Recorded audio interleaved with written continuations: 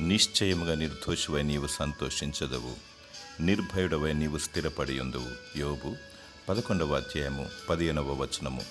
జనులు నిన్ను నిందించి హింసించి నీ మీద చెడ్డ మాటలెలా పలికినప్పుడు సంతోషించి గంతులు వేయుము. పరలోకమందు నీ ఫలము అధికమగును. నీతిమంతుడు సింహం వలె ధైర్యంగా నుండును. దేవుని యందు భయభక్తులు గలవాడు ధైర్యము కలిగి గొప్ప కార్యాలు చేయును. సమస్త భూజనులను దేవుడు చూస్తున్నాడు. అధైర్యపడకు. మనుషులు అపార్థం చేసుకొని నిందించువారు. నీవు నిజముగా నిందారహితముగా దేవుని దృష్టిలో నీతిమంతుడవుగా ఉండినచో నిన్ను ఎవరు కదల్చలేరు. కదలక నిత్యము నిలుచు సీయోను కొండవలె నుందువు. బాధపడకు, దేవుని స్తుతించు, విజయము సాధించు. నీతిమంతుడైన యోబు దేవుని నామములో విజయం పొందాడు. సాతానుడు ఓడిపోయాడు. దేవుడు నీకు సంతోషమును ధైర్యమును అనుగ్రహించి నిన్ను స్థిరపరచునుగాక. ఆమేన్.